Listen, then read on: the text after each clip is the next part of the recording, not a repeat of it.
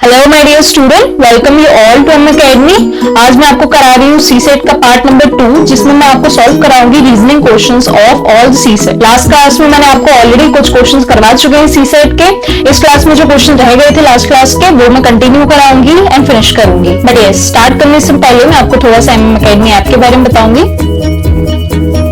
आप हमारा academy app download कर सकते हैं प्ले स्टोर से, जहां आपको साइन अप करना पड़ेगा। साइन अप करने के बाद आपको 2 फ्री वीडियो लेक्चर्स मिलते हैं, जिनको आप अटेंड कर सकते हैं इन एवरी सब्जेक्ट। हमारे ऐप पे आपको UPSC, SSC, banking as well as many other competitive exams के फुल स्टडी मटेरियल्स अवेलेबल होंगे, जो आप सिंगल सब्सक्रिप्शन में अवेल कर सकते हैं।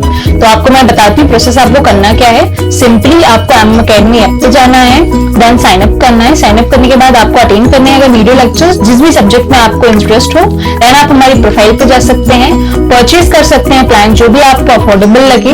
देन उसके बाद एंजॉय कर सकते हैं हमारे सारे कोर्सेज। इसके साथ ही साथ आप हमें डाउट्स भेज सकते हैं, जो भी डाउट्स आपके आते हैं। आप मुझे पर्सनली रीजनिंग क्वांट के डाउट्स भेज सकते हैं मेरी इन आईडीज पे। ओके, तो मैं स्टार्ट करती हूँ हमारा first question.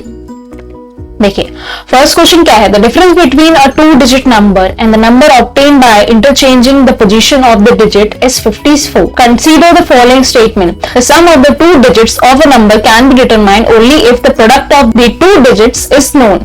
The difference between the 2 digits of number can be determined. तो आपको क्वेश्चन क्या बोल रहा है, मैं ये बताती हूँ। 2 संख्या का कोई नंबर है। ओके, सपोज कोई संख्या है x और y। ओके, तो इन एक्स वाई जो संख्या है वो 2 संख्या मतलब 2 डिजिट नंबर है, जिसका ये y 1s प्लेस पे है और x 10s प्लेस पे है। ओके, क्वेश्चन बोल रहा है जब आप इनको इंटरचेंज कर देंगे, मतलब 1s प्लेस के नंबर को आप 10s प्लेस पे ले आएंगे, 10s प्लेस के नंबर को आप 1s प्लेस में ले आएंगे, तो आपका नंबर ऐसा कुछ बन जाएगा। और आपस में इंटरचेंज करने के बाद, इंटरचेंज किया हमने, इंटरचेंज करने के बाद आप इसको सबट्रैक्ट करेंगे आपस में, या फिर इनका डिफरेंस लेंगे, तो आपको डिफरेंस मिलना चाहिए 54। ओके, इतना आपको क्लियर हुआ। तो इन क्वेश्चन को आप कैसे सॉल्व करते हैं, देखिए। सपोज एक्स वाई कोई नंबर है, तो आप इसको ऐसे भी लिख सकते हो 10x प्लस वाई, तब भी एक्स वाई मिलेगा आपको नंबर। ये हो गया आपका नंबर। ओके, अब आप क्या करोगे, इसको इंटरचेंज कर दोगे, y को आगे ले आओगे और x को पीछे ले आओगे, तो आपका एक और नंबर बनेगा। तो आप इसको कैसे लिख पाओगे, yx को 10y प्लस x, ये हो गया इंटरचेंज करने के बाद नंबर। अब आपस में इनका ले लो डिफरेंस। तो डिफरेंस लेने पे क्या आ जाएगा आपका डिफरेंस, 9x माइनस 9y। इन दोनों का आपस में डिफरेंस लिया 9x माइनस 9y, तो ये क्या हो गया इन दोनों का डिफरेंस, और ये इक्वल टू किसके बराबर बता रहा है, 54 के बराबर। और इसको सॉल्व करने के बाद आप ऐसे भी लिख सकते हो, 9 को आपने कॉमन निकाला, x minus y equal to 54, तो x माइनस y हो जाएगा आपका 54 डिवाइड बाय 9। तो हमारा x माइनस y कितना देगा हमें वैल्यू, 6। तो आप ऐसे लिख सकते हो x minus y equal to 6। ये आपकी इक्वेशन बनी। तो सबसे पहले वो 2 डिजिट्स नंबर निकाल लेते हैं, जिसकी डिजिट्स का डिफरेंस निकालने पे हमको मिलता है 6। तो देखिए ऐसे कौन कौन से नंबर हो सकते हैं। सपोज हम लेते हैं 93। तो देखिए 93 को आप कैसे लिख सकते हो, 9 माइनस 3 विच गिव अस 6। 9 हो गया हमारा x, 3 हो गया हमारा y, और आपस में किया इन दोनों का सबट्रैक्शन, तो हमें ये मिल गया। फर्स्ट नंबर ये हो गया। दूसरा नंबर आप ले सकते हो 39 भी ले सकते हो ना, क्योंकि हमें डिफरेंस निकालना है। डिफरेंस मतलब नेगेटिव पॉजिटिव साइन मैटर नहीं करेगा। तो देखिए ऐसे लिख सकते हो आप 3 माइनस 9 मॉड में लिखा, तो मॉड माइनस 6 को आप 6 ही लिख सकते हो, तब भी एप्लीकेबल हो रहा है। थर्ड नंबर देखिए क्या लिख सकते हैं आप, 82। 8 minus 2 give us 6। Fourth 28, 2 minus 8 give us minus 6, जिसको आप लिख सकते हो मॉड के अंदर 6। डिफरेंस तो सेम रहेगा। और कौन सा नंबर हो जाएगा आपका, 73, और इसी वे में आप लिख सकते हो 37। और क्या हो सकता है 60, लेकिन आप 06 नहीं लिख सकते, क्योंकि एक 06 जो है वो 2 डिजिट नंबर तो है नहीं, हमें 2 डिजिट नंबर के बारे में पूछा गया है। तो ये तो हमारा डिस्कार्डेड हो जाएगा। तो हमें नंबर कौन कौन से मिल गए, 1 2 3 4 5 6 7। तो हमारे पास 7 नंबर्स हो गए। कौन कौन से नंबर हो गए, 93, 39, 82, 28, 73, 37 एंड 60। तो ये हमारे टोटल 7 नंबर्स हो गए। तो हमारी इक्वेशन क्या बनी थी, x minus y give us 6। तो देखिए अब आपसे क्वेश्चन क्या पूछ रहा है, the sum of two digits of a number can be determined only if the product of the two digits is known. तो ये हमारे सारे क्या हुए, पॉसिबल नंबर्स, बट हमें इन सब में से कोई एक नंबर सपोज चूज करना है। तो वो कैसे कर पाएंगे, जब हमें किसी भी नंबर का प्रोडक्ट दिया रहे, मतलब हमें x इंटू वाई दिया रहे, सपोज हमें x इंटू वाई दिया है 16, तो हम चूज कर सकते हैं ना, हमें दो ऑप्शन मिल जाएंगे, एक मिल जाएगा हमें 28 और एक मिल जाएगा हमें इससे 82 जो फॉलो करेगा, और तभी हम the sum of the two digits of the number निकाल सकेंगे, मतलब तभी हम x प्लस वाई की वैल्यू निकाल सकेंगे। तो दोनों के डिजिट्स के सम कितने आ रहे होंगे, 8 प्लस 2 गिव अस व्हाट 10।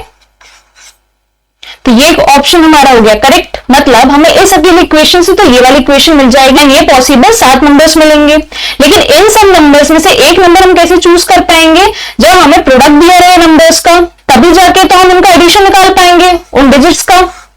ये हो गया, तो ये हमारा करेक्ट आंसर हो गया। एंड सेकंड वाला क्या है, the difference between the two digits of the number can be determined. ये भी सही है, हर नंबर जो 7 नंबर मिल रहा है हमको, इसमें हर किसी का डिफरेंस कितना आ रहा है, 7 माइनस 3 करके देखो आपको कितना मिल रहा है, यहाँ पे 6 मिल रहा है, क्योंकि हमने इस डिफरेंस ही से तो सारे नंबर्स निकाले थे। तो ये भी हमारा क्या हो गया, करेक्ट हो गया। ओके, तो हमारा करेक्ट आंसर कौन सा हो गया, ऑप्शन नंबर सी। ओके, अब look over this next question. X said to Y, at the time of your birth, I was twice as old as you are at the present. If the present age of X is 42 years, then consider following statement. सबसे पहले हम ये build कर लेते हैं। क्या बोल रहा है X Y से, X बोल रहा है जब तुम्हारा बर्थ हुआ था तब मैं तुम्हारी अभी की जो प्रेजेंट एज है उसके दोगुना हुआ करता था, और अभी मेरी एज जो X है उसकी एज है 42। तो आपको डिटरमाइन करनी है ये दोनों चीजें करेक्ट हैं कि नहीं है। तो सबसे पहले हम x और जो y है उसकी प्रेजेंट एज निकाल लेते हैं। तो सपोज ये है x और ये है y।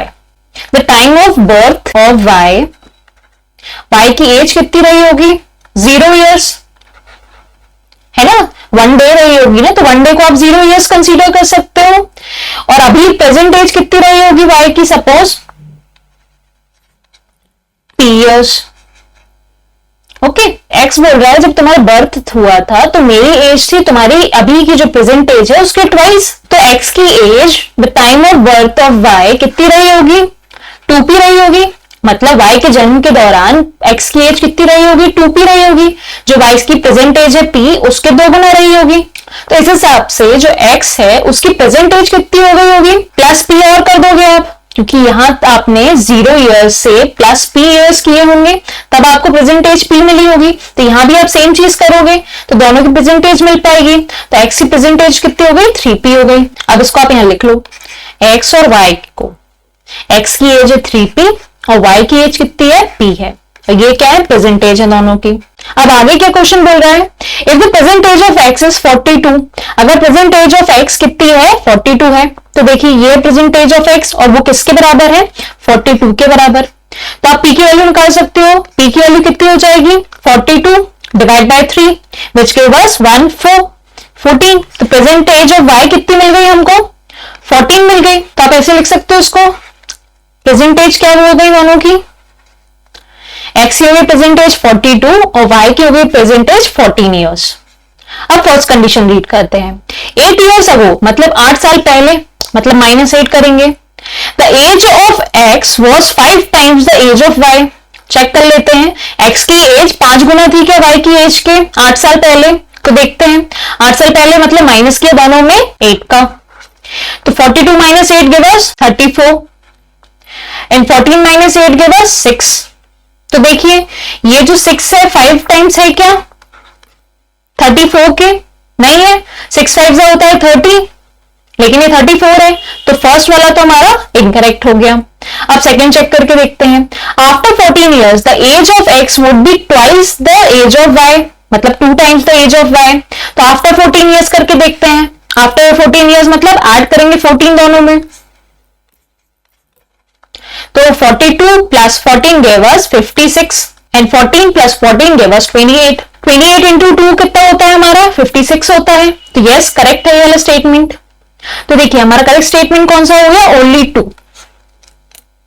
Now come to the next question.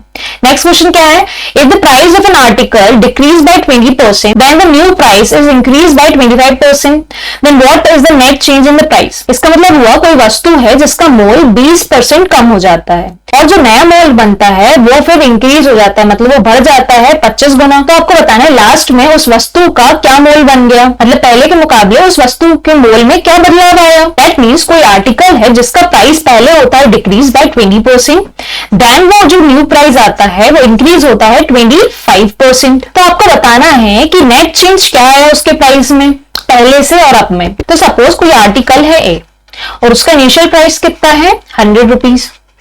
Okay, अब हम क्या कर रहे हैं, उसमें सबसे पहले डिक्रीज करते हैं उसका प्राइस 20% से। तो हमने किया उसका प्राइस 20% से डिक्रीज, तो जो 100 था उसमें माइनस कितना हो जाएगा 20% ऑफ 100, और 20% ऑफ 100 कितना होता है 20। तो 100 माइनस 20 हमें कितना मिला 80 बना। तो ये क्या हो गया हमारा न्यू प्राइस बन गया आफ्टर डिक्रीजिंग 20%। अब क्या बोल रहा है क्वेश्चन, अब हमारा प्राइस जो है न्यू प्राइस वो फिर से इंक्रीज कितने से होगा 25% से। तो देखिए 25% ऑफ 80 कितना होता है 20, तो इंक्रीमेंट कितना हो जाएगा 80 प्लस 20 का। तो अल्टीमेटली हमको प्राइस कितना मिल गया वापस से 100 रुपीज मिल गया। तो नेट चेंज कितना हो गया हमारा 0%। Okay, now look over this next question.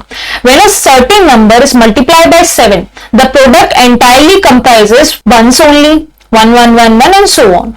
What is the smallest such number? तो इसका मतलब हुआ कोई एक पर्टिकुलर नंबर है उसको आप गुणा करते हैं मल्टीप्लाई करते हैं 7 के साथ, तो आपको जो आंसर मिलता है उसमें बस 1 1 1 1 1 ही रहता है, मतलब ओवरऑल 1 1 1 ही मिलता है। तो आपको बताना है ऐसा सबसे छोटा नंबर कौन सा फॉर्म हो सकता है। देखिए आपसे क्वेश्चन क्या बोल रहा है, the certain number is multiply, suppose वो नंबर है x, उसको मल्टीप्लाई किससे किया हमने 7 से, तो हमें क्या प्रोडक्ट मिल रहा है 1 1 1 1 और सो ऑन जो भी मिल रहा हो, लेकिन जो आंसर है वो 1 1 के फॉर्मेट में। तो डायरेक्टली आप हिट एंड ट्राई से कर लो, हर एक नंबर को मल्टीप्लाई करके देख लो 7 से, तो आंसर हमें 1 1 1 1 के फॉर्मेट में मिलेगा। या फिर आप क्या करो इस 7 को डिवाइड कर लो इस 1 1 1 से, और 1 जितना तक जा रहा है, तो अपने आप आपको 5 डिजिट नंबर तक डिवीजन करने के बाद आपको ये इनमें से कोई एक नंबर मिल जाएगा। तो देखिए डिवाइड करके देख लेते हैं, सबसे पहले 1 1 1 6 डिजिट लेते हैं, जिसके बाद डिवाइड करने के बाद हमें 5 डिजिट नंबर मिलेगा और इनमें से कोई एक आंसर हो जाएगा। देखिए 7 7 ओके 4 बचा, तो आप 5 से लिख सकते हो 35, फिर 6 बचा 7 8 से 56, 61 माइनस 56 गिव अस 5, देन यहां 5 आ गया, 7 7 से 49, फिर बचा 2, 7 3 से 21। तो ये आंसर आ रहा है क्या, देखिए यहाँ पे कहीं पे 15873, ये आंसर अवेलेबल है। तो हमारा करेक्ट ऑप्शन हो गया ऑप्शन नंबर डी। या फिर हम डायरेक्टली हिट एंड ट्रायल करके देख लेते हैं, ऑप्शन भी एलिमिनेट हो जाएंगे। देखिए सबका लास्ट डिजिट क्या है 3 है और सबका सेकंड लास्ट डिजिट जो है वो क्या है डिफरेंट है, तो आप डायरेक्टली इस नंबर से एलिमिनेट करके देख सकते हो इस स्टेप से। सबसे पहले हम 7 को मल्टीप्लाई कर देते हैं 3 से, तो 7 3 से कितना होगा हमारा 21, और 2 क्या हो जाएगा हमारा कैरी हो जाएगा, हासिलाई चला जाएगा। अब एक ही कंडीशन फॉर्म हो सकती है जब 2 में हम कुछ ऐड करेंगे और हमें 1 मिलेगा, तो 2 में हम क्या ऐड करेंगे तो हमें 1 मिलेगा, 2 में ऐड करेंगे जब हम 9 तो हमें क्या मिलेगा 11 और 1 हो जाएगा आगे वाले नंबर पे कैरी। तो देखिए इन सब में से कौन सा ऐसा नंबर है जिसको 3 से मल्टीप्लाई करने पे 9 मिलता है, 7 1 से 7 मिलता है, 7 2 से 14 मिलता है, मतलब यूनिट डिजिट हमें 4 मिलती है, 7 8 से 56 मिलता है, मतलब इसकी यूनिट डिजिट क्या मिलती है 6 मिलती है, 7 7 से 49 मिलता है, मतलब इसकी यूनिट डिजिट हमें मिल रही है 9, और यही हमें चाहिए थी। तब हमारा ऑप्शन करेक्ट कौन सा हो जाएगा, ये और शॉर्ट हो जाता है ऐसे में आपका आंसर लाना। तो ये होती है डायरेक्ट एलिमिनेशन मेथड। ओके, अब देखते हैं नेक्स्ट क्वेश्चन। देखिए हमें क्वेश्चन क्या दिया है, consider the following table, players दिए हैं A B C D. Okay, run score in the first inning, first inning में उनके रन इतने स्कोर हुए, ए ने रन स्कोर किए 61 और कितनी बॉल्स पे किए 99 बॉल्स पे। जो सेकंड इनिंग स्टार्ट हुई है कि उसने रन स्कोर किए 14 और कितनी बॉल्स पे किए उसने 76 बॉल्स पे। ओके तो आपको बताना है fastest run scorer. Fastest run scorer मतलब जो फास्टेस्ट रन स्कोर करे, मतलब रन मैक्सिमम बनाए मिनिमम बॉल्स पे। तो देखिए आप रन वर्सेस बॉल्स का रेशो निकाल लेंगे सबका इंडिविजुअली। इससे क्या होगा, जो फास्टेस्ट होगा उसका ये रेशो क्या हो जाएगा, मैक्सिमम होगा और बाकी का उससे कम होगा। तो देख लेते हैं हम। देखिए और दो इनिंग है, मतलब इन दोनों का आपस में क्या करते जाएंगे, हम सबमिशन करते जाएंगे। तो देखिए ए का बनाते हैं सबसे पहले। ए ने फर्स्ट इनिंग में कितने रन स्कोर किए, 61। सेकेंड इनिंग में 14। तो ये होगा उसके रन और नंबर ऑफ बॉल्स कितनी हो जाएंगी टोटल, 99 प्लस 76। तो ए वाले का रन वर्सेस बॉल स्कोर क्या आ गया, 75 रेशो 175। ओके अब देखिए बी का, बी के टोटल रन्स कितने हो गए, देखिए 5 प्लस 50 मतलब 55 रन हुए बी के। एंड बॉल कितनी हो गई, 12 प्लस 85। देखिए 12 प्लस 85, तो इसका रेशियो कितना फॉर्म हुआ, 55 डिवाइड बाय 97। सी का देखिए 15 प्लस 20 35 रन हुए और कितनी बॉल्स पे, 75 प्लस 50 125 बॉल्स पे। Now look over D. D के रन कितने हो गए, 13 प्लस 12 25 रन हो गए और बॉल्स कितनी हो गई, 55 प्लस 50 105 बॉल्स हो गई। ये किसका है, डी का, ये किसका है, सी का। ओके तो देखिए इनमें सबसे ज्यादा रेशियो किसका आ रहा है, 75 बाय 175। ये लेस देन कितना होगा आपका, 0.5 या फिर बोल सकते हो लेस देन हाफ। सेकंड देखिए 55 बाय 97, ये ग्रेटर देन हाफ हो जाएगा, मतलब 0.5 से बड़ा होगा रेशो, 0.5 से बड़ा होगा रेशो। अब सी को देख लीजिए 35 बाय 125, ये तो बहुत कम होगा, किससे, 1/2 से। डी को देख लीजिए 25 बाय 105, ये भी कम आ रहा है ना 1/2 से। तो देखिए आपका 1/2 से ज्यादा स्कोर किसका आ रहा है, बी का आ रहा है। तो इन सबसे सबसे ज्यादा रेशो किसका बना, बी का बना। तो जिसका सबसे बड़ा रन वर्सेस बॉल का रेशो बना वही क्या होगा, फास्ट रन स्कोरर हो जाएगा। तो ऑप्शन आपका करेक्ट कौन सा हो गया, option number B. Okay now look over next question. There are 3 points P, Q, R on a straight line such that PQ ratio QR equal to 3:5. If n is the number of possible values of PQ ratio PR, then what is n equal to? तो देखिए इसको आप कैसे बनाते हो, PQR 3 points हैं और आपको ऐसे इन पॉइंट्स को अरेंज करना है, PQR, या फिर आप लिख सकते हो अरेंज करके इनको QPR, दो तरीके से अरेंज कर सकते हो। और रेशो कैसा आना चाहिए, PQ रेशो QR कितना होना चाहिए, 3:5, मतलब ये 3 होगा यहां से यहां तक और यहां से यहां तक कितना होगा, ये 5 होगा। और कैसे बन सकता है आपका एक और रेशो, PQ कितना होना चाहिए, 3 होना चाहिए, ये हो गया अपना PQ 3 और QR होना चाहिए 5, मतलब यहां से यहां तक का कितनी वैल्यू होनी चाहिए, 5 होनी चाहिए। तो आपके दो पॉसिबल वे में ये PQR पॉइंट प्लेस हो सकते हैं नंबर लाइन पे, है ना। एक पॉसिबल वे ये हो गया, दूसरा पॉसिबल वे ये हो गया। अब इन हिसाब से आपको PQ रेशो RP निकालना है। PQ रेशो RP क्या हो जाएगा, PQ रेशो RP, यहां पे क्या होगा, PQ क्या हो गया, 3 हो गया यहां से यहां तक और RP कितना हो गया, पूरा यहां से यहां तक, तो 3 + 5 विच गिव अस 8। तो फर्स्ट रेशो में ये मिल सकता है। अब दूसरा रेशो देखिए, PQ रेशो RP का, PQ कितना होगा, यहां से यहां तक का 3 दिया है और RP मतलब यहां से यहां तक का, अगर ये पूरा 5 है, इतना 3 है, तो ये लेफ्ट आउट RP कितना हो जाएगा या फिर PR कितना हो जाएगा, 2 हो जाएगा। तो हमारे दो केसेस फॉर्म हो रहे हैं, मतलब दो पॉसिबिलिटी बन रही है इस n की। तो देखिए हमारा आंसर करेक्ट कौन सा हो गया, option number B which is 2। तो हमारी 2 पॉसिबल वैल्यू जो बनी है वो क्या हो जाएंगी, एक हो जाएगी 3/8 n की और दूसरी क्या हो जाएगी आपकी 3/2। अब नेक्स्ट क्वेश्चन देखते हैं। On a chessboard, in how many different way can a 6 consecutive square can be chosen on a diagonal along a straight path? तो देखिए आपको क्वेश्चन बोल रहा है, एक पर्टिकुलर चेसबोर्ड है, चेसबोर्ड कितने बाय कितने का होता है, 8x8 का, मतलब 8 बॉक्स इस साइड रहते हैं और 8 बॉक्स इस साइड रहते हैं और स्क्वायर रहता है। इतना सबको पता होगा। अब वो बोल रहा है कि ये जो डायगोनल के बॉक्सेस हैं, ये सारे डायगोनल के बॉक्स हो गए, ये फर्स्ट डायगोनल हो गई, ये हमारी सेकंड डायगोनल हो गई। इनमें आपको बताना है कि आप कितने वे में 6 कंसेक्यूटिव बॉक्स चूज कर सकते हैं डायगोनल के।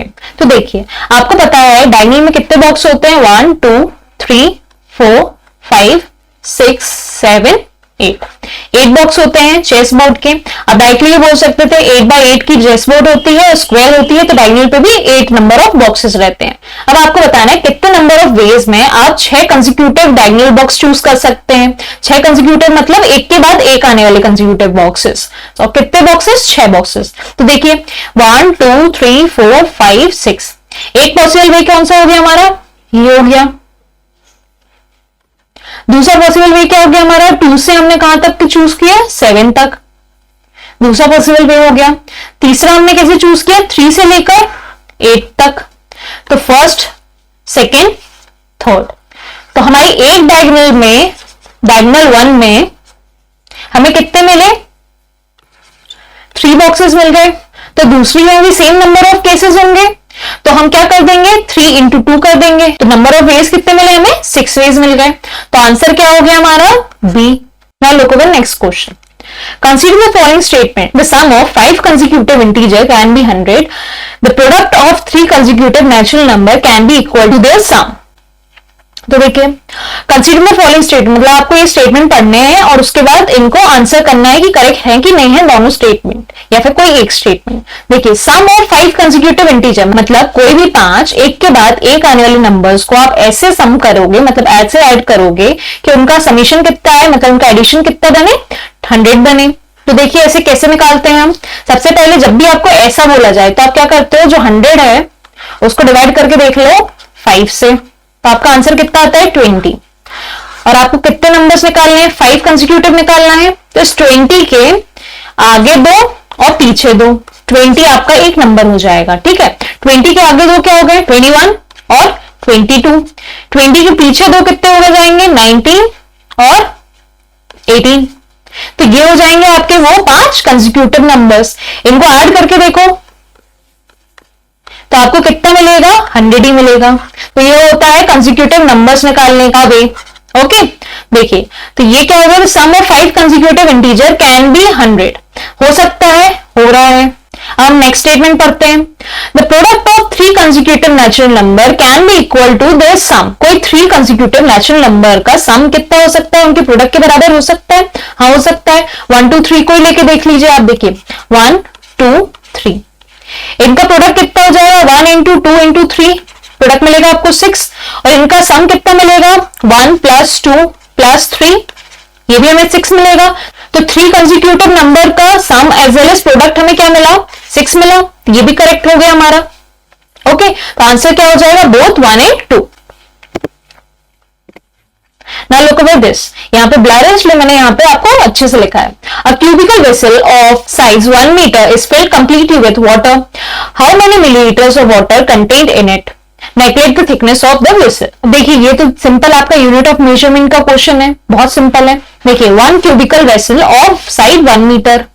अब कोई क्यूबिकल वेसल है और उसका साइज कितना है, 1 मीटर। तो इसका वॉल्यूम कितना हो जाएगा इस क्यूबिकल वेसल का, 1 मीटर क्यूब हो जाएगा। इसको कंप्लीटली फिल किससे कर दिया, वाटर से। अब आपको सिंपल बताना है कि ये मिलीलीटर्स में कितना वाटर होगा। तो देखिए 1 मीटर क्यूब किसके बराबर होता है आपका, 10 to power 6 मिलीलीटर के बराबर। और ये कैसे आता है, 1 मीटर क्यूब होता है 10 to power 3 लीटर्स के बराबर। और आपको पता है 1 लीटर किसके बराबर होता है, 10 to power 3 मिलीलीटर्स के बराबर होता है। तो 10 to power 3 मिलीलीटर्स क्या हो जाएगा, 10 की पावर 3 यहां पे मल्टीप्लाई हो जाएगा। तो आपका आंसर क्या आ जाएगा, 10 की पावर 6 मिलीलीटर।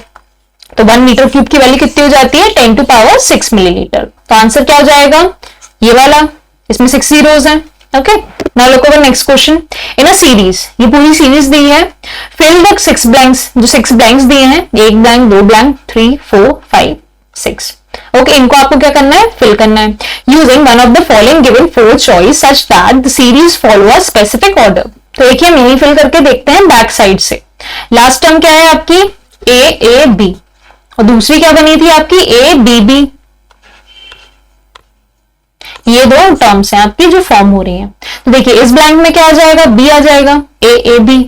ओके, फिर क्या आएगा, ए बी, फिर क्या आ जाएगा, ए बी बी, फिर क्या आ जाएगा आपका A B, then A B B. तो देखिए आपके ब्लैंक्स के आंसर क्या हो गए, ए बी ए बी। तो आपका करेक्ट ऑप्शन क्या हो जाएगा, option number D. Now look over this question, using 2 2 3 3 3 as a digits, how many distance number greater than 3000 can be form. मतलब आपको इन 5 डिजिट्स की हेल्प से 30,000 से बड़े कितने नंबर फॉर्म हो सकते हैं वो बताने हैं।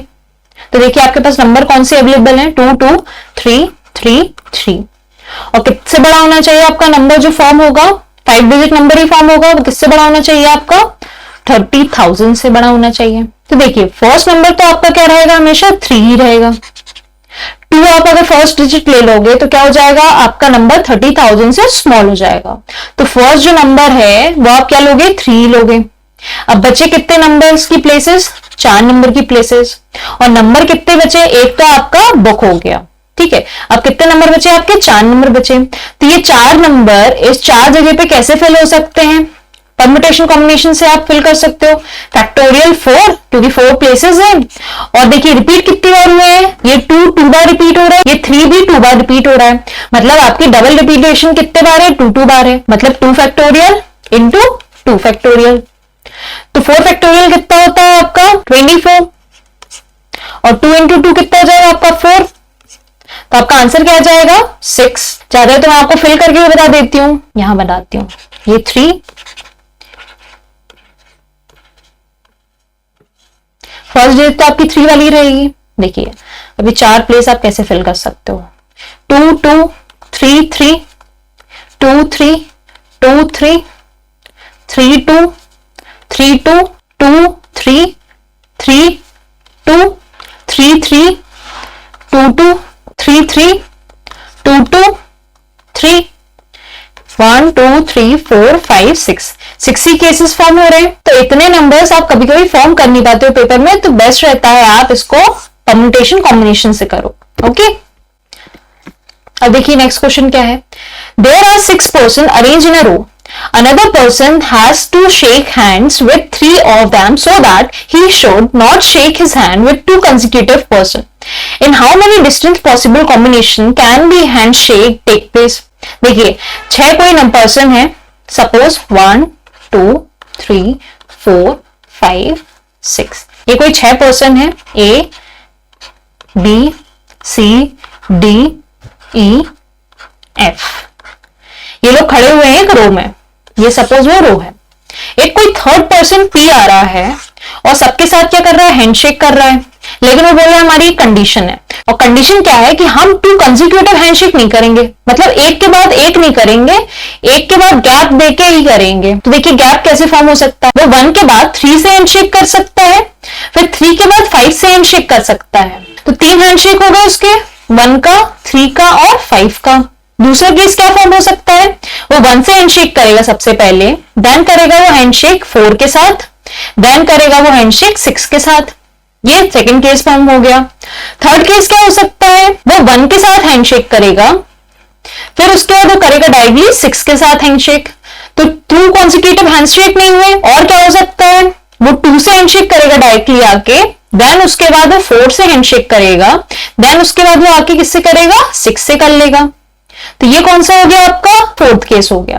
और अच्छे से बना देती हूं यहाँ पे, पहला केस 1 से करेगा, 3 से करेगा और 5 से करेगा। दूसरा केस 1 से करेगा, 4 से करेगा और फिर 6 से करेगा। तीसरा केस 1 से करेगा, 3 से करेगा और फिर 6 से करेगा। फोर्थ केस 2 से करेगा, 4 से करेगा एंड देन 6 से करेगा। तो हमारे कितने पॉसिबल केसेस बन गए, 4 पॉसिबल केसेस बन गए। ओके, तो हमारा आंसर करेक्ट कौन सा हो गया, correct option number B. Now come to the next question, यहां पे ये Q प्लस आर है। Okay, the amount of money was distributed among A, B, C in a ratio of P ratio Q ratio R. Consider the following statement. A gets the maximum share if P greater than Q plus R. क्या बोल रहा है, जो A है, B है, C है, इन लोगों के शेयर कैसे हैं? P Q R। ओके, अब बोल रहा है A को मैक्सिमम शेयर मिलेगा जब P ग्रेटर रहेगा Q प्लस R के। तो ये ट्रू है कि नहीं है? तो ये तो सही होगा। क्यों होगा? देखिए, जो P है अगर वो Q प्लस R से बड़ा होगा, सपोज Q को ले लो आप 3, R को ले लो आप 4, तो Q प्लस R कितना मिला आपको? 7 मिला, और P को कितना ले लिया आपने? 9 ले लिया। इससे आपको कंफर्म हुआ कि A का शेयर सबसे ज्यादा है। या फिर आप यहाँ पे मिनिमम टू मिनिमम 8 ले सकते थे, 8 इज ग्रेटर देन 7। तब भी देखिए, अगर यहाँ पे 8 हो जाता तब भी A का शेयर सबसे मैक्सिमम आ रहा है, तो मतलब ये चीज तो करेक्ट हो गई।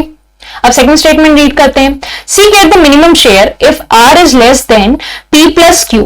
देखिए, A था, B था, C था, P Q R था। Okay, C gets the minimum share. तो देखिए, R को लेस बना देते हैं किससे?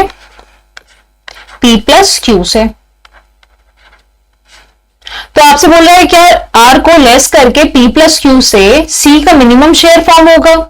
नहीं होगा। देखिए, अगर यहां पे आप P को ले लेते हैं सपोज 7 और R को ले लेते हैं आप 1, तो P प्लस Q आपको कितना मिला? 8, और R को ले लिया सपोज आपने 3।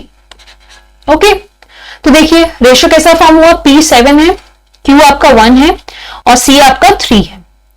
तो क्या इससे आप बता सकते हो कि जो C है वो सबसे मिनिमम शेयर रखता है? नहीं बता सकते हो। तो ये स्टेटमेंट क्या हो गया आपका? रॉन्ग हो गया। तो only 1 is the correct option. Now look over this question. आपको स्टेटमेंट दिया है, देन आपको कंक्लूजन बताने हैं। Some cats are almirahs, some cats are almirahs, some almirahs are chair, some almirahs are chair. Okay, all chairs are table, जितनी भी चेयर्स हैं all chairs are table. इतना समझ में आया आपको? तो सम की कंडीशन कौन सी हो गई? ये वाली हो गई।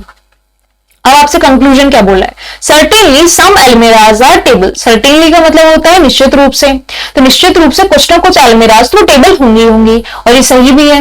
ये जो पोर्शन है उसमें आप क्या कॉमन बता सकते हो? चेयर और एल्मिरा का कुछ ना कुछ पार्ट तो एक बराबर होगा, और आपको बताया है कि पूरा जो चेयर है वो टेबल के अंदर आ रहा है, तो अपने आप ये टेबल का भी कुछ पार्ट एल्मिरा के बराबर तो होगा ही होगा निश्चित रूप से। तो फर्स्ट कंक्लूजन हमारा हो गया correct. Some cats may not be chair. अब कुछ जो कैट्स हैं वो मे नॉट बी चेयर होंगी। ये हमने फर्स्ट केस बनाया था।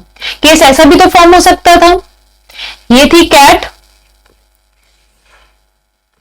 ये थी Elmira. Some cats are Elmira और सम एल्मिराज आर चेयर। अगर आप इसी को बना देते चेयर, ये वाले सर्कल को, तो कैट और चेयर क्या हो जाती हैं? एक साथ हो जाती। तो इस केस में क्या हो जाता? सम कैट्स आर चेयर भी सेटिस्फाई कर रहा है, as well as some almirahs are chair भी सेटिस्फाई करता। ऐसे बना देती हूं, ये कैट और चेयर दोनों एक ही सर्कल में बनाती हूं। ओके, ये क्या हो गया आपका? कॉमन पोर्शन एल्मिरा के साथ सेटिस्फाई हो रहा है आपका। सम एल्मिराज आर कैट भी हो रही है, सम एल्मिराज आर चेयर भी हो रही है, ये सेटिस्फाई कर रहा है। लेकिन ये चीज क्या हो गई यहाँ पे? रॉन्ग। सम कैट्स में नॉट बी चेयर, मतलब कुछ ना कुछ कैट तो ऐसी होंगी जो चेयर नहीं होंगी। यहाँ पे देखिए, आपने पूरी की पूरी कैट इक्वल टू बना दी है चेयर के, तो ये कंक्लूजन क्या हो जाएगा हमारा? रॉन्ग हो जाएगा। तो हमारा करेक्ट आंसर कौन सा हो गया? Only conclusion 1। ओनली कंक्लूजन 1 मतलब option number 1। Okay, now look over this question. A boy play with a ball. He drop it from a height of 1.5 meters. Every time the ball hits the ground, it bounces back to attain a height of 4/5 of the previous height. The ball does not bounce further if the previous height is less than 50 centimeter. What is the number of times the balls hit the ground before the ball stop bouncing? देखिए, आपसे क्या बोल रहा है? एक particular ball है जो drop हो रही है कितने मीटर से? 1.5 मीटर से हो रही है।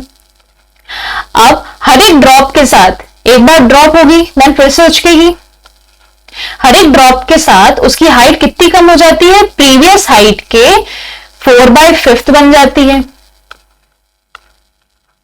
इतनी हो जाती है। ठीक है, तो ऐसे करके वो बाउंस करती जाएगी कंटिन्यूस, और एक मिनिमम हाइट ऐसी फॉर्म आएगी जब बाउंस की, ये मैक्सिमम बाउंस कितना कर पाएगी 50 सेंटीमीटर। उसके बाद वो क्या हो जाएगी, बाउंस बैक नहीं करेगी, मतलब फिर से ऊपर नहीं जाएगी, ओके, डैम्प हो जाएगी। तो देखिए हमने डायरेक्टली सॉल्व करके रखा है। ये बॉल थी, आपने यहां से क्या किया, इसको फॉल कराया, और कितने मीटर से फॉल कराया आपने इसको, 1.5 मीटर से फॉल कराया, ओके। 1.5 मीटर्स को आप क्या बोल सकते हो, 150 सेंटीमीटर्स बोल सकते हो, ओके। तो 150 सेंटीमीटर से आपने इसको ड्रॉप कराया। पहली बार ड्रॉप हुई तो पहली बार उसने हिट किया यहां पे, फिर उसने क्या की, फिर वो ऊपर गई, मतलब बाउंस बैक हुई, और फिर कितनी हाइट तक अटेन किया उसने, प्रीवियस हाइट के 4/5 हाइट अटेन की। तो प्रीवियस हाइट उसकी कितनी थी, 150 सेंटीमीटर, उसका 4/5 मल्टीप्लाई किया तो हमें कितना मिला, 120 सेंटीमीटर। तो उसकी ये जो हाइट नेक्स्ट हुई वो कितनी हो गई, 120 सेंटीमीटर। अब यहां से वो फिर फॉल करेगी, तो उसने क्या किया, यहां पे फिर से हिट किया, तो हो गया उसका सेकेंड हिट। सेकेंड हिट करने के बाद वो फिर से एक पर्टिकुलर हाइट अटेन करेगी, और जो नेक्स्ट हाइट होगी वो कितनी होगी, उसकी जस्ट प्रीवियस हाइट की 4/5, जस्ट प्रीवियस हाइट उसकी 120 की 4/5, तो कितना हो गया उसका 96।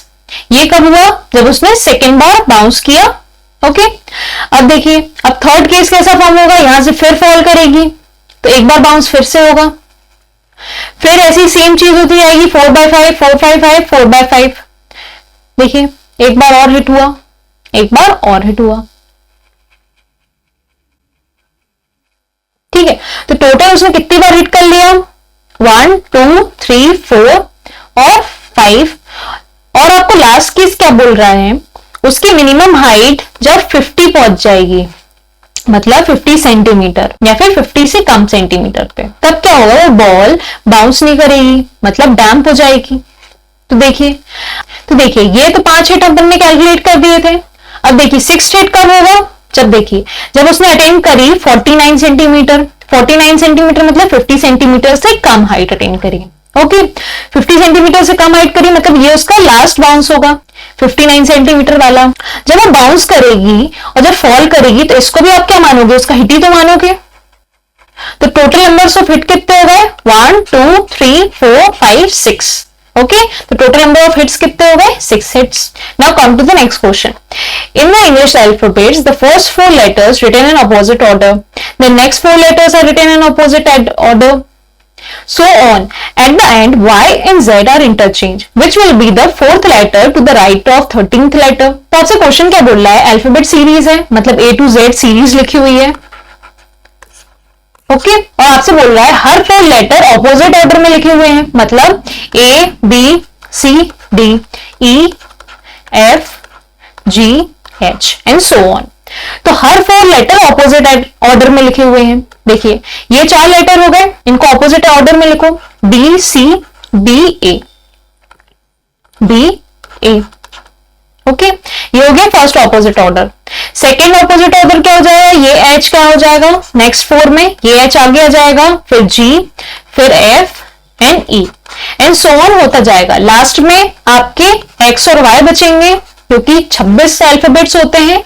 4 का अगर हम पेयर बनाएंगे तो 26 में से 4 का पेयर कितना बन जाएंगे, हमारे 6 पेयर बन जाएंगे, 6 4 जा 24, और बचेंगे क्या, 2 अल्फाबेट्स। तो 2 अल्फाबेट्स को हम लास्ट में आपस में रिवर्स बैक कर देंगे, मतलब ऑपोजिट ऑर्डर में लिख देंगे। तो हमने लास्ट में Z और Y को क्या कर दिया, ऑपोजिट कर दिया, ओके। तो देखिए उनको कैसे बनाएंगे हम, ABCD यहाँ पे पूरी सीरीज लिख ली हमने। देन क्या किया, हर 4 लेटर्स को हमने क्या कर दिया, ऑपोजिट फॉर्म में अरेंज करा। तो देखिए D यहां चला गया एंड सो ऑन, हमने पूरे अल्फाबेट अरेंज कर लिए जैसा क्वेश्चन ने बोला। अब आपसे क्वेश्चन क्या पूछ रहा है, which will be the 4th letter to the right of 13 letter, मतलब आपको बताया 13th लेटर के राइट में 4th लेटर कौन सा होगा। तो देखिए 13 लेटर मतलब हम हमेशा गिनते हैं लेटर्स किस साइड से, लेफ्ट साइड से, जब तक हमें क्वेश्चन में मेंशन नहीं हुआ। 13 लेटर कौन सा हो जाएगा, 4 8 12, तो ये वाला कौन सा हो जाएगा आपका 13th लेटर हो जाएगा। ऑपोजिट करने के बाद इसके 4th राइट पे कौन हो जाएगा, फर्स्ट सेकेंड थर्ड फोर्थ, ये फोर्थ राइट पे कौन आ गया, उसके टी आ गया, तो उसके फोर्थ राइट पे कौन सा लेटर हो गया, बी। ये हो गया लॉन्ग फॉर्म में। अब आप शॉर्ट फॉर्म में इसको कैसे कर सकते हो, देखिए आपको पता है, मैंने सिखाया था आपको अल्फाबेट सीरीज। अल्फाबेट सीरीज में आपको पता है आपको किसका लेटर का यूज चाहिए है, 13th लेटर का, और 13th लेटर के राइट वाले चाहिए, मतलब आपको इस साइड मूव करना है। तो आप क्या करो, 13 से लेकर नेक्स्ट 8 लेटर्स को लिख लो। तो आपको इतनी बड़ी सीरीज बनाने की जरूरत नहीं पड़ेगी। देखिए 13th लेटर कौन सा हो गया हमारा, एम हो गया, ओके। और उसके नेक्स्ट 8 लिख लेते हैं, M N O P Q R S T, T, okay. हमें तो कोई जरूरत पड़ेगी। अब इनको ऑपोजिट फॉर्म में लिख लो। 13 का मतलब 12 तक 3 पेयर्स बन चुके होंगे 4 4 के, 4 8 12। तो जो 13 है, 13 से लेके 16 वाला जो लेटर होगा वो 4 का एक ग्रुप बना लेगा, और 17 से लेकर 20 वाला वो एक 4 का ग्रुप बना लेगा, ओके। तो इससे आपको क्या क्लियर होगा कि शफलिंग में इन लोगों का कोई भी पार्ट रहेगा नहीं। तो देखिए हम इनको ही डायरेक्ट कर लेते हैं शफल। तो ये कौन सा हो गया, 13, ये हो गया हमारा 16, ये हो गया हमारा 17, और ये हो गया हमारा कौन सा, 20। तो देखिए उल्टा करके लिख लीजिए, पी ओ एन एम, और इसको क्या लिख सकते हो आप, पी आर एस क्यू। तो आपका 13th लेटर कौन सा हो गया शफल करने के बाद, पी, और पी के राइट में 4th लेटर कौन सा हो गया, 1 2 3 4 टी। अब करेक्ट आंसर तब भी टी मिल रहा है। और शॉर्ट फॉर्म में आप कैसे बोल सकते हो, देखिए आप इन दोनों को शफल करोगे, एन को, तो आपका यहां पे कौन सा आ जाएगा, पी आ जाएगा। और आप इसको भी शफल करोगे तो यहां क्या आ जाएगा, आपका टी आ जाएगा। 13 में प्लस करोगे आप 4 का, तो आपको क्या मिलेगा, 17। तो आपको 17th प्लेस पे क्या मिल रहा है, डायरेक्टली टी मिल रहा है। इतना सब लिखना आपका क्या हो जाएगा, अवॉइड कर देंगे आप। तो आपका आंसर करेक्ट कौन सा आ जाएगा, ऑप्शन नंबर बी, ओके। अब look this next question. In a group of 120 people, 80 are Indian and rest are foreigner. Further, 70% in a group can speak English. The number of Indian who can speak English is what? तो देखिए आपके total कितने person है, 120% है, जिसमें Indian कितने हैं, 80 हैं, और फॉरेनर कितने बचे, फिर 40 बचे, ओके। आपसे बोला है 70 लोग जो हैं वो इंग्लिश बोल सकते हैं, मतलब 70 पीपल कैन स्पीक इंग्लिश। तो 70 लोगों को आप कैसे डिस्ट्रीब्यूट कर सकते हो, पहला केस आपका फॉर्म हो सकता है जब 0 फॉरेनर इंग्लिश बोलते हो, ये हो सकता है। उस केस में इंडियन कितने होंगे जो इंग्लिश बोलेंगे, पूरे के पूरे 70। तो फॉरेनर कितने हो गए, मिनिमम टू मिनिमम फॉरेनर्स कितने हो सकते हैं, 0। नेक्स्ट केस क्या बन सकता है आपका, मैक्सिमम टू मैक्सिमम कितने फॉरेनर्स बोल सकते हैं, पूरे के पूरे 40 फॉरेनर इंग्लिश बोलेंगे। उस केस में इंडियन कितने बोलेंगे, 30 बोलेंगे, क्योंकि इन टोटल आपको कितने बनाने हैं, 70 लोग को डिवाइड करना है इंग्लिश में। तो देखिए आपके इंडियंस की रेंज कहां से कहां वेरी कर रही है। तो आपकी रेंज कैसे वेरी करती है, मिनिमम टू मिनिमम 30 इंडियंस तो इंग्लिश बोलेंगे ही बोलेंगे, और मैक्सिमम टू मैक्सिमम कितने बोल सकते हैं, 70 बोल सकते हैं। मिनिमम 30 बोल सकते हैं और मैक्सिमम कितने बोल सकते हैं, 70 बोल सकते हैं। तो आपकी जो इंडियन है उनकी रेंज कहां से कहां वेरी करेगी, 30 से लेकर 70 तक। तो उनका डोमेन कितना हो गया, 30 से 70 तक का। तो आपका क्वेश्चन में क्या पूछा है, the number of Indian who can speak English. आप बोल सकते हो 30 या फिर मोर देन 30। तो आपका ऑप्शन करेक्ट कौन सा हो गया, ऑप्शन नंबर डी। यहां और क्लियरली मैंने आपको दिखाया है, ओके। अब मैं नेक्स्ट क्वेश्चन रीड करती हूं। हमारा नेक्स्ट क्वेश्चन क्या है, ये consider all 3 digits number without repetition of digit obtain using 3 non zero digit which is multiplies of 3 let S be their sum which of the following are correct. S is always divisible by 74, S is always divisible by 9। देखिए आपको क्या बोल रहा है, कोई भी 3 digit number है और रिपीटेशन अलाउड नहीं है, मतलब जो नंबर्स हैं उसकी डिजिट्स रिपीट नहीं हो रही हैं, और वो डिजिट्स 0 भी नहीं होनी चाहिए, और उनका सम क्या होगा, सबसे पहले हम सम निकाल लेंगे। देन क्या पूछ रहा है, जो सम होगा वो हमेशा डिविजिबल होगा क्या 74 के, और सेकेंड ऑप्शन में आपसे पूछ रहा है जो सम होगा वो डिविजिबल बाय 9 होगा क्या, तो आपको ये बताना है। तो देखिए आप कैसे करेंगे, सपोज आपका 3 डिजिट नंबर कोई है ABC, non repeated as well as non zero है। तो देखिए ए बी सी रिपीटेड नहीं है तो एक दूसरे के इक्वल नहीं रहेंगे और जीरो के भी इक्वल नहीं रहेंगे। और आपसे बोला है मल्टीपल ऑफ 3, तो देखिए मल्टीपल ऑफ 3 अगर होगा तो इंडिविजुअली जो ए बी सी को अगर आप ऐड करोगे ए बी सी को, तो इनका समीशन भी क्या होगा, डिविजिबल या फिर मल्टीप्लीकेशन ऑफ 3 होगा। फॉर एग्जाम्पल हमने कोई नंबर लिया एबीसी 3, 6, 9। आपको देखो ये सारी कंडीशन फॉलो हो रही है। नॉन जीरो है मतलब एक भी डिजिट जीरो नहीं है, नॉन रिपीटेड है मतलब रिपीट भी नहीं हो रहा है, और मल्टीपल ऑफ 3 भी है। देखिए कैसे आप चेक करते हो मल्टीपल ऑफ 3, जब डिजिट्स का सम करते हो ए प्लस बी प्लस सी, तो उनका समीशन जो आता है वो डिविजिबल किससे होता है, 3 से, या फिर बोल सकते हो उसका जो समीशन आता है वो मल्टीपल किसका होता है, 6 का, बोल सकते हो। तो इनको ऐड किया 18 आया है ना, इससे आपको क्लियर हुआ। लेकिन आपको क्वेश्चन में एक नंबर के बारे में नहीं पूछा है, जैसा हो आपको बताना है जितने भी पॉसिबल नंबर्स फॉर्म हो सकते हैं उन सब का आपको करना है क्या, सम, और उसके बाद देखना है उसकी डिविजिबिलिटी 74 और 9 से हो रही है कि नहीं हो रही है। तो आप देखिए आपका कोई भी 3 डिजिट नंबर है एबीसी, तो आप उसका जनरल टर्म कैसे लिख सकते हो, आप एबीसी जो 3 डिजिट नंबर है उसको लिख सकते हो 100A प्लस 10B प्लस सी, इस फॉर्मेट में लिख सकते हो। लेकिन ये तो बस एबीसी के लिए बनाया हमने, आपके एबीसी भी तो आपस में बहुत सारे वे में अरेंज हो सकते हैं, ABC, ACB, BAC, BCA, CAB, CBA, इन फॉर्म में हो सकते हैं। तो इतनी सारी सबकी इंडिविजुअल जनरल टर्म फॉर्म हो जाएंगी। तो ये क्या हो जाएंगे, all number of possible cases. Okay तो देखिए आपको क्या बोला है, सबका क्या करना है आपको, सम। तो देखिए इन सबको सम करके देखिए, यहां पे 100A प्लस 100A, तो आपको कितना मिला 200A plus 20A, 220A plus 2, 222A। Same way equal equal आपको यहां भी मिल जाएगा 222B, 222C।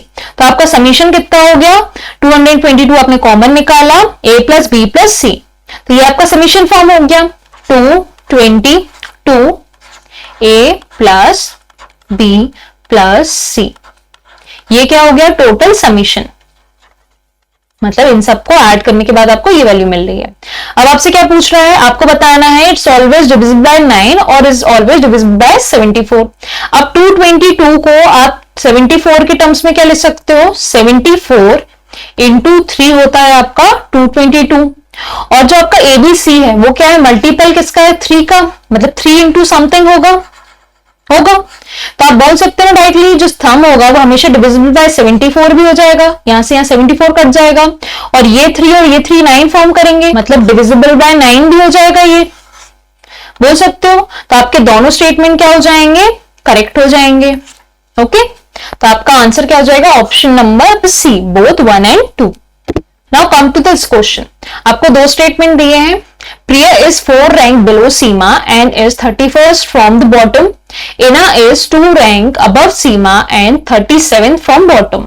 What is Seema's rank from the top in a class of 40 students?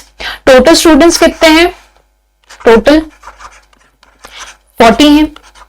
जो प्रिया की रैंक है वो 4 रैंक बिलो है सीमा के और 31st है फ्रॉम बॉटम। तो सपोज ये है हमारी बॉटम रैंक, मतलब हमारी 40th रैंक, और ये हो गई सपोज हमारी फर्स्ट रैंक।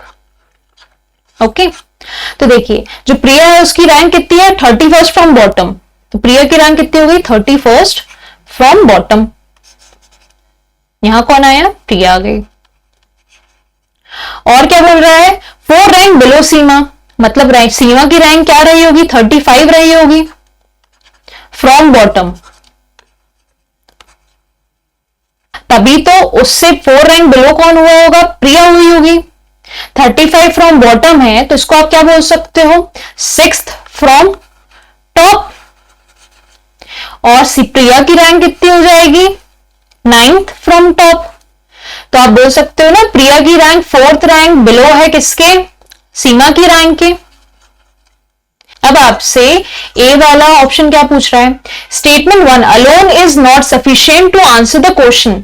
अकेला स्टेटमेंट 1 से आप डिफाइन नहीं कर सकते हो, क्या आंसर नहीं कर सकते हो सीमा की रैंक को, कर सकते हो, आपने निकाल ली सीमा की रैंक, तो ये तो हो गया हमारा रॉन्ग। अब पूछ रहा है statement 2 alone is not sufficient to answer this question. तो स्टेटमेंट 2 तो हमने रीड नहीं किया, ये भी हम बना लेते हैं। स्टेटमेंट 2 क्या बोल रहा है, इना इज 2 रैंक अबव सीमा, जो इना की रैंक है वो 2 रैंक अबव है किसकी, सीमा की रैंक के। This is Seema, okay. और क्या बोल रहा है, इना की रैंक इज 37 फ्रॉम बॉटम। इना की जो रैंक है वो बॉटम से कितनी है, 37 है। तो टॉप से कितनी हो जाएगी इना की रैंक, टॉप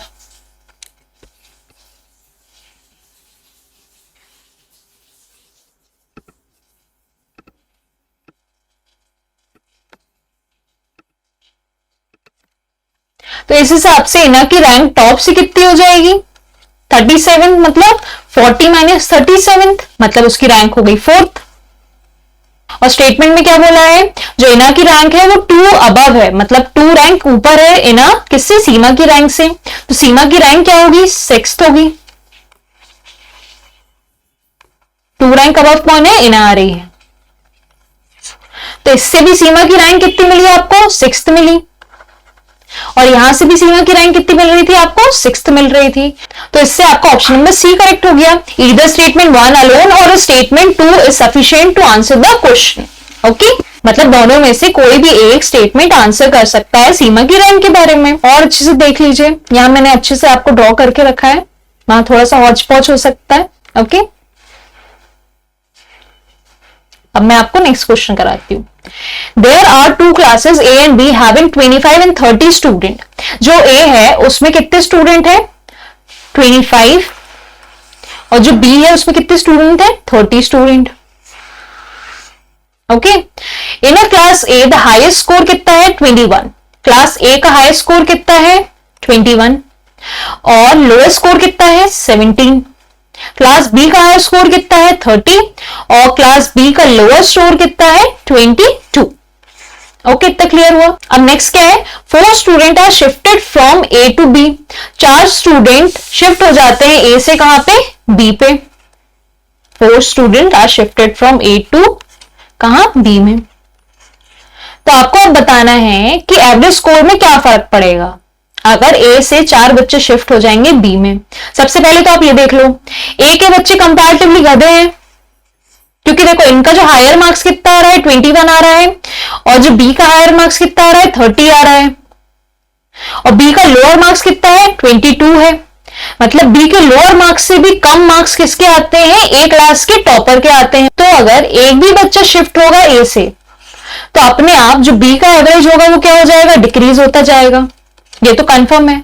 तो आपने इन टोटल 4 बच्चों को शिफ्ट करा दिया, तब भी डिक्रीज ही होगा। तो मतलब क्या होगा, the average score of B will definitely decrease, ये तो कंफर्म है। अब नेक्स्ट थिंग क्या पूछ रहा है, the average score of A will definitely increase. Average score of A बढ़ेगा, आप कुछ नहीं कह सकते इसके बारे में। सपोज अगर आपका जो टॉप हायर स्कोरर हैं वो अगर ए में जाते हैं, तब क्या होगा, आपके हायर स्कोरर तो चले गए बी में, तब आपके पास जो स्टूडेंट बचे उनके तो और कम मार्क्स आएंगे, और कम मार्क्स आएंगे तो उनका एवरेज तो और कम होता जाएगा।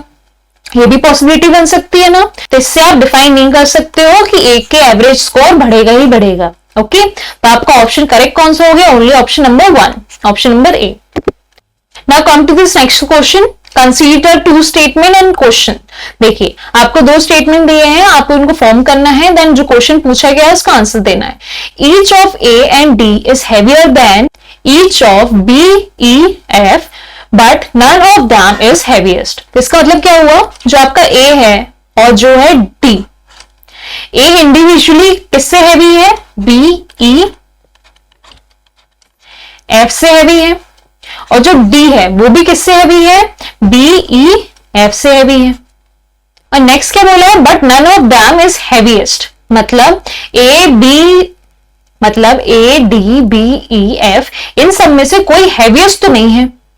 तो आपको पता है क्वेश्चन क्या बोल रहा है, who is the heaviest among A, B, C, D, E। यहां पर F भी होगा, ओके, मिस्टेक है थोड़ी सी। आपको बताना है इन सब में से हैवीएस्ट कौन होगा। और आपसे स्टेटमेंट 1 क्या बोल रहा है, इन 5 से, ये 3 और 1 और 1 ये, इन 5 में से कोई भी हैवीएस्ट तो नहीं है, मतलब सबसे भारी इनमें से तो कोई नहीं है। तो पूरे थे कितने, A, B, C, D, E, F, तो 6 लोग थे। तो इन 5 में से तो कोई हैवीएस्ट नहीं है, तो बचा कौन, C। तो वो अपने आप ही हैवीएस्ट हो जाएगा, क्योंकि किसी ना किसी को तो हैवीएस्ट होना पड़ेगा। तो सी आप बोल सकते हो ना कि सबसे हैवीएस्ट है स्टेटमेंट 1 से। अब नेक्स्ट स्टेटमेंट क्या है आपका, ए इज हैवियर देन डी, अगर ए हैवियर है डी से बट लाइटर देन सी, लेकिन वो किससे लाइट है, सी से लाइट है, तो आपको बताना है who is heaviest among all these. देखिए आपको सी ए डी के बारे में बताया गया है, लेकिन इस स्टेटमेंट में आपको बी एफ ई के बारे में तो कुछ भी नहीं बताया गया है। तो बी एफ ई में से कोई भी आगे आ सकता है, कोई भी पीछे आ सकता है, मतलब बी भी हैवियर हो सकता है सी से, ई भी हैवियर हो सकता है और एफ भी हैवियर हो सकता है। तो इससे तो आप डिफाइन नहीं कर पाओगे कि कौन है सबसे हैवी। तो ये वाला स्टेटमेंट क्या हो गया आपका, रॉन्ग हो गया। तो अकेला आंसर कौन सा हो जाएगा आपका, statement number 1 which is option number A. Statement A alone is sufficient to answer the question. Okay. Now look over this question. हम रीड करते करते ड्रॉ करते जाएंगे। A woman run 12 kilometre towards her north. मतलब कोई women है, suppose ए, वो कहाँ रन कर रही है, towards her north. आपको बताती हूँ, ये होता है east, west, north and south. Okay, वो किस तरफ मूव कर रही है, नॉर्थ तरफ। और कितना मूव कर रही है, यहां अच्छे से बताते हैं, स्पेस ज्यादा है। कितना मूव कर रही है, 12 किलोमीटर। सपोज वो नॉर्थ डायरेक्शन में कितनी जा रही है, 12 किलोमीटर। तो कहां पहुंच गई, पॉइंट बी पे पहुंच गई। अब क्या किया, then 6 kilometre toward south. Then फिर से वो क्या करेगी, 6 किलोमीटर साउथ जाएगी, मतलब रिवर्स करेगी। तो यहां से वो रिवर्स होके कहां पहुंच गई, 6 किलोमीटर साउथ। तो कहां आ गई, यहां पे आ गई, ये पॉइंट सी हो गया, 6 किलोमीटर साउथ। तो लेफ्ट कितना बचा, 6 किलोमीटर ही बचा। अब क्या बोल रहा है, देन 8 किलोमीटर टूवर्ड्स ईस्ट। अब वो कहां जा रही है, साउथ में आने के बाद 8 किलोमीटर जा रही है टूवर्ड्स ईस्ट। तो ये 8 किलोमीटर हो गया, सपोज ये 8 किलोमीटर हो गया। अब कहां पहुंच गई, पॉइंट डी में पहुंच गई। अब आपको बताना है in which direction is she from her starting point. अब आपको बताना है वो अपनी स्टार्टिंग पॉइंट से किस डायरेक्शन में पहुंच गई है। ये उसका स्टार्टिंग पॉइंट है, इससे किस डायरेक्शन में पहुंची है, इस डायरेक्शन में। तो आप इस डायरेक्शन को डिफाइन करोगे कि ये कौन सा डायरेक्शन है। तो देखिए आप यहां अच्छे से बना लेते, ये था आपका ए, वो कितना जा रही थी, 12 टोटल, तो पहुंच रही थी बी पॉइंट पे। देन लौट रही थी तो सी पॉइंट पे आ रही थी। तो यहां से यहां तक की वैल्यू कितनी थी, 6, और यहां से यहां तक की वैल्यू थी 6। देन वो ईस्ट साइड जा रही थी और कितना कवर कर रही थी, 8 किलोमीटर। तो यहां आ रही थी डी पॉइंट में। आपको इनिशियल से फाइनल डेस्टिनेशन के बीच का डायरेक्शन पता करना था। तो ये आपका हो गया डायरेक्शन। इसको आप कैसे पता करोगे, यहां आप क्या रखो, प्लेस करोगे, यहां प्लेस करोगे आप कंपास। ये नॉर्थ डायरेक्शन, ये साउथ डायरेक्शन, या ईस्ट डायरेक्शन, और ये वेस्ट डायरेक्शन। अब देखिए आपको क्या बोल रहा है, एन एंगल मोर देन 45। तो आपका जो आंसर आएगा डायरेक्शन का, वो कहां होगा, नॉर्थ ईस्ट में रहेगा। लेकिन देखिए नॉर्थ ईस्ट के दो ऑप्शन मिल रहे हैं आपको, लेस देन 45 डिग्री और मोर देन 45 डिग्री। तो आप इसको कैसे डिफाइन कर सकते हो, देखिए यहां से जितना आप एंगल बनाओगे, सपोज ये एंगल आपका बना 45 से कम, 45 डिग्री से कम, तो आप बोल दोगे ये वाला ऑप्शन करेक्ट है हमारा। तो angle is less than 45 degree north east. अगर ये एंगल 45 से ज्यादा बना तब बोल सकते हो मोर देन 45 डिग्री। और आप मेजर कहां से करोगे, हमेशा ये मेजर करते हो आप हॉरिजॉन्टल लाइन से। देखिए इसको हम यहां अच्छे से ड्रॉ करके देखते हैं ट्राइंगल ए डी सी को, जिससे आपको ये वाला एंगल अच्छे से दिखे। देखिए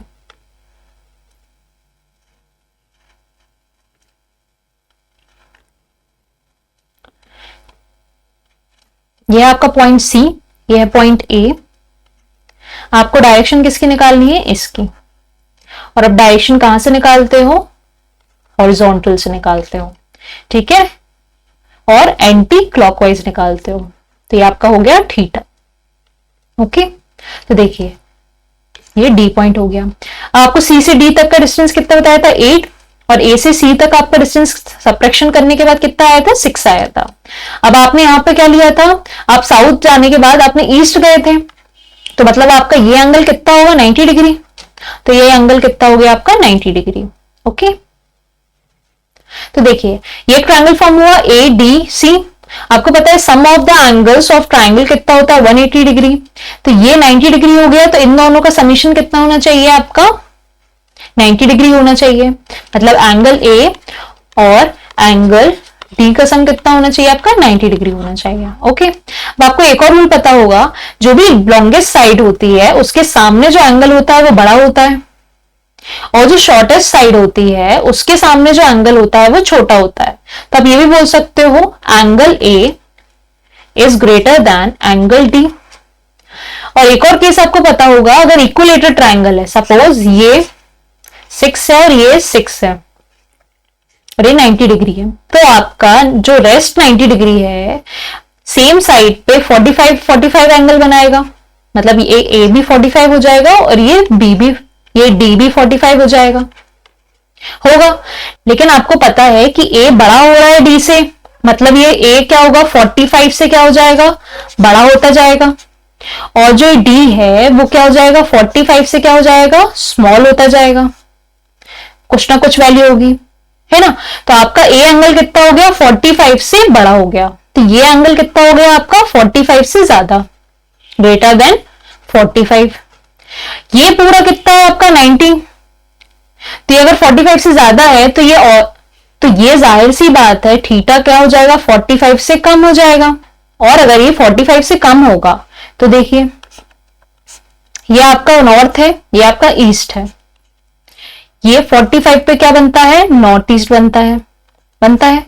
लेकिन आपका क्या बनेगा समथिंग हियर बनेगा, क्योंकि आपका थीटा 45 से कम है, तो मतलब जो आपका एंगल आएगा वो क्या हो जाएगा 45 से कम रहेगा। ऑप्शन करेक्ट क्या हो जाएगा हमारा option number B, angle less than 45 degree north east. और आप इसको डायरेक्टली कैसे बोल सकते थे, सपोज आप ये ट्रायंगल बना रहे हो,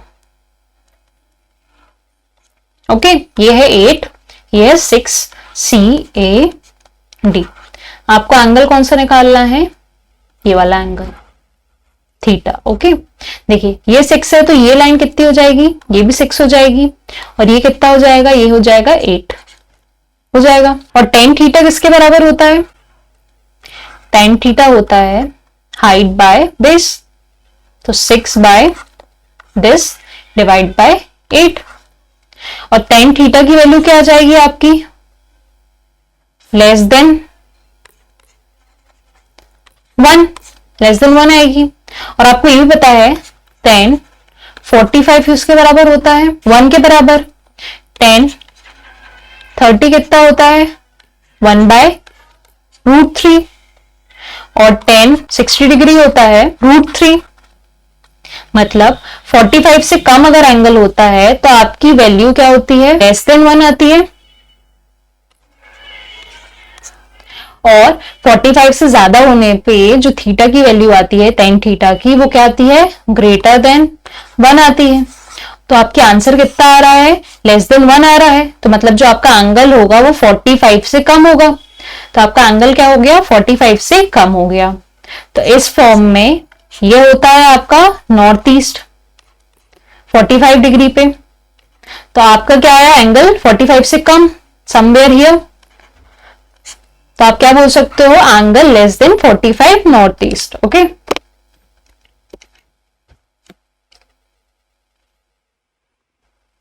now look over this next question, ये भी आपका पूरा डायरेक्शन वेस्ट है। A buying employ drive 10 kilometres towards east from her house, turn to her left and drive another 20 kilometers. She again turn left and drive 40 kilometers. Then she turn to her right and drive another 5 kilometers. She again turn to her right and drive another 30 kilometers to reach her bank where she worked. What is the shortest distance between her bank and her house? Suppose कोई bank employ है और उसका house कहाँ पे है a place पे। Direction बता देती हूँ north south east west. Okay, question क्या बोल रहा है 10 किलोमीटर टूवर्ड्स साउथ, मतलब अपने हाउस से वो कितना किलोमीटर चलती है 10 किलोमीटर टूवर्ड्स साउथ, मतलब इस साइड मूव करेगी, कितना मूव करेगी 10 किलोमीटर्स। कहां पहुंची पॉइंट बी पे पहुंची। Then and turn to her left, और फिर क्या कर रही है वो टर्न कर रही है अपने लेफ्ट साइड में, तो उसका लेफ्ट कौन सा हो जाएगा अगर वो इस तरफ फेसिंग करेगी, ये हो जाएगा उसका राइट साइड और ये हो जाएगा उसका लेफ्ट साइड। तो वो लेफ्ट साइड टर्न लेके कितना मूव कर रही है, अनदर 20 किलोमीटर्स टू मूव कर रही है। तो यहां से मूव करा दो उसको 20 किलोमीटर्स। ओके, कहां पहुंची, पॉइंट सी पे। She again turn left and 40 kilometres, और अगेन टर्न लेफ्ट होके मतलब उसने फिर से लेफ्ट टर्न लिया। ये क्या हो गया उसका राइट, ये हो गया उसका लेफ्ट, और उसने कितना ड्राइव किया 40 किलोमीटर्स। सपोज ये हो गया, सॉरी थोड़ा सा टिल्ट है, ये हो गया 40 kilometres. Okay, then she turn to her right and drive another 5 kilometre. अब उसका ये लेफ्ट हुआ और ये राइट हुआ, और उसने राइट साइड टर्न लिया और कितना डिस्टेंस कवर किया 5 किलोमीटर्स। कहां आ गई वो पॉइंट, यहां पे आ गई। ये पॉइंट सपोज डी है और ये सपोज पॉइंट ई है, और कितना ट्रेवल किया था उसने लास्ट में 5 kilometres. She again turn to her right and drive another 30 kilometre. अब उसने फिर से राइट टर्न लिया तो उसका राइट हो जाएगा ये, और कितना मूव करेगी वो 30 किलोमीटर। तो उसने 30 किलोमीटर फिर मूव कर लिया, तो कहां गई, यहां आ गई। और क्वेश्चन ये बोल रहा है कि जो लास्ट 30 किलोमीटर उसने कवर किया है उसमें वो कहां रीच हो गई, मतलब कहां पहुंच गई, वो अपने बैंक में पहुंच गई। ये था उसका हाउस। तो आपको बताना है शॉर्टेस्ट डिस्टेंस क्या हो सकता है। तो देखिए यहां से यहां तक 10 है और यहां से यहां तक ये पूरा 40 है, यहां से यहां तक पूरा 40 है, और आपको पता है कि पूरे 90 डिग्री के एंगल है, ये 90 ये 90, मतलब सारी लाइंस आपस में क्या है, पैरेलल है। ये लाइन इसके पैरेलल हो जाएगी और ये लाइन इसके पैरेलल। तो आप क्या बोल सकते हो डायरेक्टली, ये टोटल 40 है, इतना अकेला 10 है, तो ये बचा कितना होगा, 30 होगा, और ये 30 है तो ये भी 30 होगा यहां तक का। ये पॉइंट सपोज एफ है, फाइनल डेस्टिनेशन पॉइंट, ठीक है। तो आप बोल सकते हो जो ए पॉइंट है और जो एफ पॉइंट है वो एक ही लाइन में लाए कर रहे हैं, एक ही हॉरिजॉन्टल लाइन में। यहां से यहां तक का भी डिस्टेंस 10 हो जाएगा। तो आप शॉर्टेस्ट डिस्टेंस किसको बोलोगे, इसको बोलोगे, यहां से यहां तक के डिस्टेंस को, ये इतने डिस्टेंस को बोल सकते हो। तो टोटल डिस्टेंस आपका कैसे निकलेगा, यहां से यहां तक का, ये हो गया आपका 20 यहां से यहां तक का, और ये कितना हो जाएगा 5 के बराबर।